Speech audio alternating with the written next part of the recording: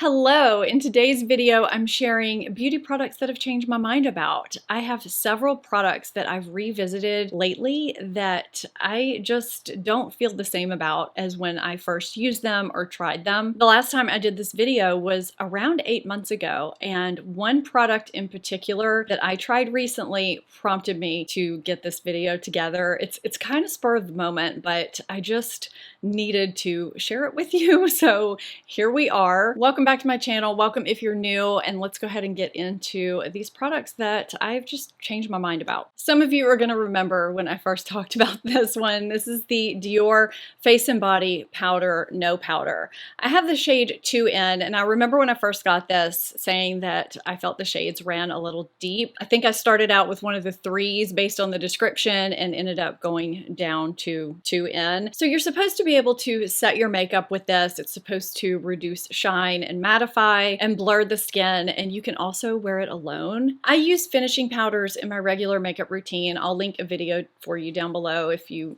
haven't seen that or you're not familiar with finishing powders, how they differ from setting powders. And there's a reason why I'm bringing this up. For those of you that aren't aware, I have combination oily skin. I can get shiny in my T-zone, but I can get some surface dehydration because of my skincare, the prescription tretinoin. I also have dry textured under eyes. It can make things a little bit complicated. So when I first tried this, I just didn't love it. It's $40 for this powder. I mean, it's Dior. It's not going to be $10. This is very, very sheer, which is great for, a setting powder. But for me, it doesn't reduce shine. It doesn't mattify, especially for my oily T-zone in my warm climate. I just couldn't really find a place for it. I felt like the best thing was to use it as a finishing powder. I do feel like there is a slight radiance in here. I do feel like it blurs the pores, but I have other finishing powders that I've just kind of been in love with. So I think I was a little bit closed-minded in the beginning. I don't know what made me pull this back out, but I did. I'm going to try to do this on camera right now because I've been filming for a while. It's hot in this room and I've been getting a little bit oily, shiny. I mean, I think you can see, I hope you can see what it just did. It actually is a really pretty powder. It does diffuse, it does blur. What I've come to love about this powder is the sheerness. A lot of finishing powders,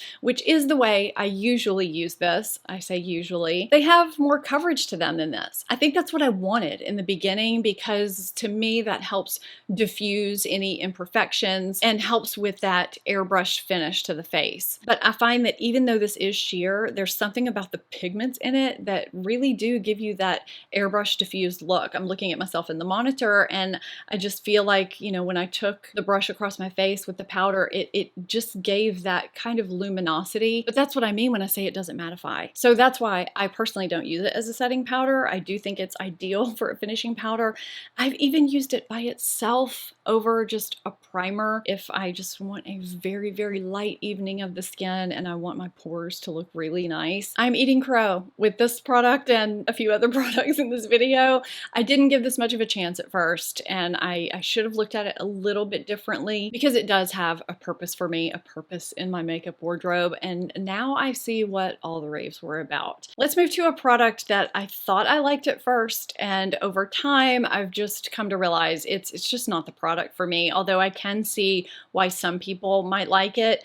This is the By Terry Hyaluronic Hydra Concealer. This was a new launch for them, I believe in 2021. It's a pen type concealer. It has a click up mechanism, and then you just kind of paint it on your under eye area. Now, I do think this looks beautiful under the eyes and hydrating. So if you have dry textured under eyes like I do, it is ideal for that. It doesn't emphasize any dryness or any texture. I just have a really hard time building this to the coverage level that I need for my dark circles. I can still see purple peeking through even when I wear a corrector underneath it. I'm not sure if it's taking the product off underneath it a little bit. If you don't have dark circles, if you don't need a lot of coverage and you do have dryness and texture, I think this would be really beautiful for you because it's supposed to be kind of like an eye cream and a coverage product all in one. It's got all kinds of great ingredients in it.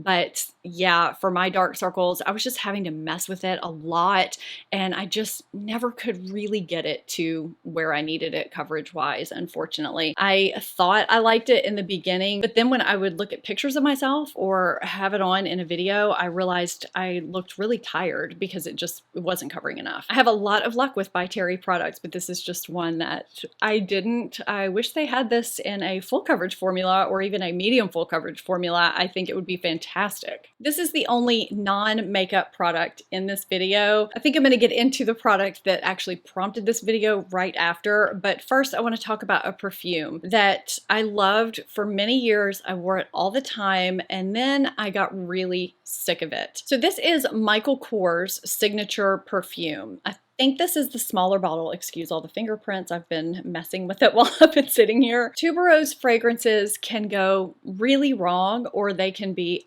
absolutely beautiful. And now keep in mind that the length of time since I wore this regularly, it's double-digit years. I mean, it might even be 20 years, but I started smelling this on my sister-in-law, on my nieces, and then my daughter Brooke asked for it for Christmas and got several bottles. That's where this one came from because she gave it to me. I just wanted to try it again to see if it still smelled good on me, if what I was smelling on them came through in the same way, because for years since I initially wore this, I had been searching for that perfect tuberose fragrance, and I have several that I really love. They're all a little bit different, but I really feel like the one that I've been searching for, that perfect tuberose, is the one I started with and that I steered away from for so many years and even called basic. And I think maybe that's because, you know, all the Michael Kors purses that were just everywhere. This perfume is creamy and warm and cozy. It's a soft white floral, but it's also got musk and other notes. I'll read you the notes. The top notes are freesia, osmanthus, tamarind, and incense. Middle are tuberose, lily, peony, iris, orris root. And the base notes are musk, cashmere wood, and vetiver. And for me, and even the people that I smell it on, I feel like I do pick up a lot of the tuberose, the peony, the musk, and the cashmere wood. There's something about that it just is so enveloping, and I get compliments on this every time I wear it, whether it's from friends or from strangers, whatever, either telling me I smell nice or asking me what perfume I have on. I have quite a few perfumes in my life, and I am so glad that this is reintroduced, that I rediscovered this. I'm sorry for shunning you. I never should have. This is lovely. This is the product that prompted me to get this video together at this point in time. I'm updating my top foundations videos, and the one that I'm working on right now are the top tinted moisturizers, BB creams, CC creams. So I decided to not only look at my favorites and new ones, but also revisit ones that I maybe didn't like previously, and that includes the BareMinerals Complexion Rescue. I have talked many times and openly here on my channel about how much I dislike this. Even when so many people over 40 like myself love it for their maturing skin. Now I know it's a great product for normal to dry skin, but it seemed like people with all skin types really love this. It just didn't work for me. With my oily combination skin in my hot, humid weather, I just never could get it to work. I don't know what has happened, but I've been retrying this and I really like it. You know, sometimes things just change. It could be skin chemistry. It could be the skincare I'm using now. It could be that I'm trying it with different primers. This is not how I remember it. Now, it does still give that sheer to light coverage, which I really like this time of year. I mean, I kind of like that any time of year. I'm not a full coverage girl. It says it's a tinted hydrating gel cream, and I do love it when I can get some hydration that doesn't feel like anything on my skin, and that is what I get. Now, I'll give you the full rundown when I get to that video, but basically, in a nutshell, it works great if I apply it over a mattifying primer, especially, you know, if I apply that primer in my T-zone. I can apply this with my fingers, which I don't usually like to do, but I just think it looks beautiful like that. I'll kind of, you know, bounce a beauty blender or a sponge on it just to, you know, make it really meld with the skin after. It looks like my skin, it feels good, and it lasts a long time during the day. I might get a little bit of shine breakthrough, but it's not greasy looking. I stayed away from this for a long time because, you know, it just didn't work for me, but I'm really glad that I revisited it because it is a lovely, light, sheer tinted face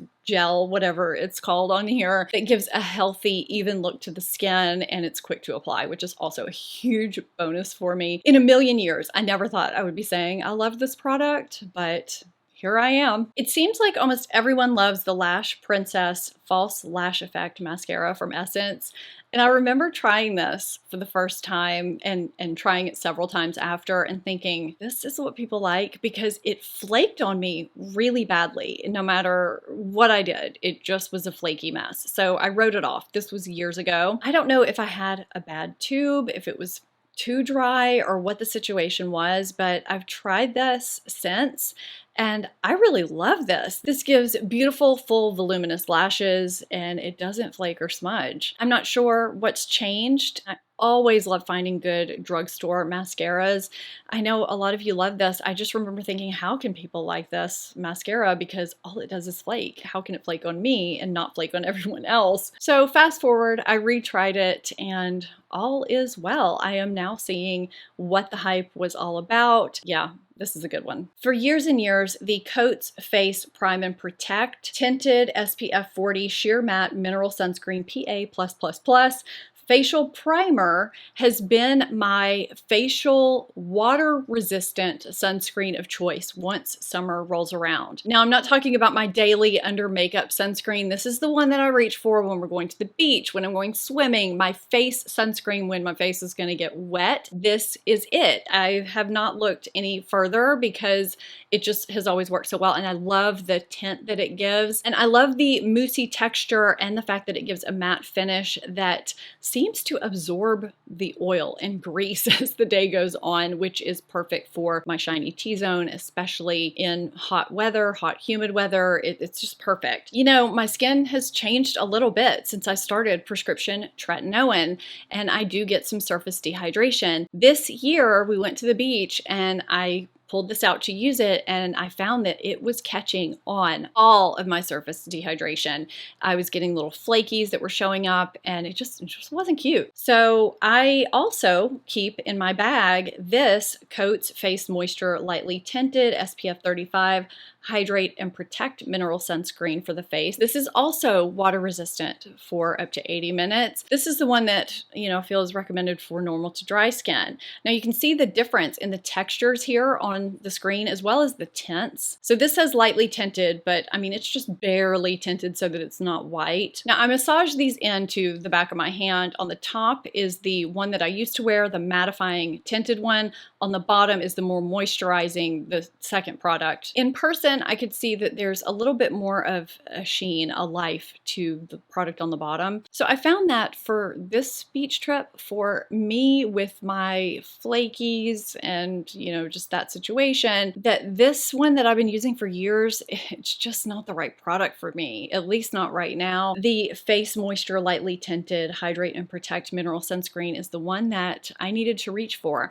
I do find it takes a little bit longer to blend this in, probably because it's a lighter tint. I don't find that it makes me look ghostly white or anything, and I don't feel like I get greasy during the day with it either, and it doesn't emphasize any flakiness on my face. I was just so surprised that this staple product that I've used for years that doesn't really feel drying when I apply it just made me look so dry. So it's kind of disappointing this year. So over the past few months, I've gotten a lot of comments saying that you want me to do makeup on camera more, trying new makeup videos, get ready with me videos. So I just did one a couple of days ago, and the views really tell the story. I'll link it here if you haven't seen it, but if you do want to see more of those, I will definitely do them, but I just want to make sure that that is the kind of content that you want to see more of. I know a lot of us here on YouTube just noticed that those videos just don't get the same amount of views as our other types of videos, but let me know too down in the comments if there's another type of video you want to see. I do look through my comments and see, you know, your feedback, and I do take it to heart, so let me know. I hope you found this video helpful and that you enjoyed it. If you did, please give it a thumbs up. It helps my video out, helps me out. If you're not subscribed, hit that subscribe button and become part of the family. Thank you so much for watching. I really appreciate it, and I'll see you guys next time. Bye.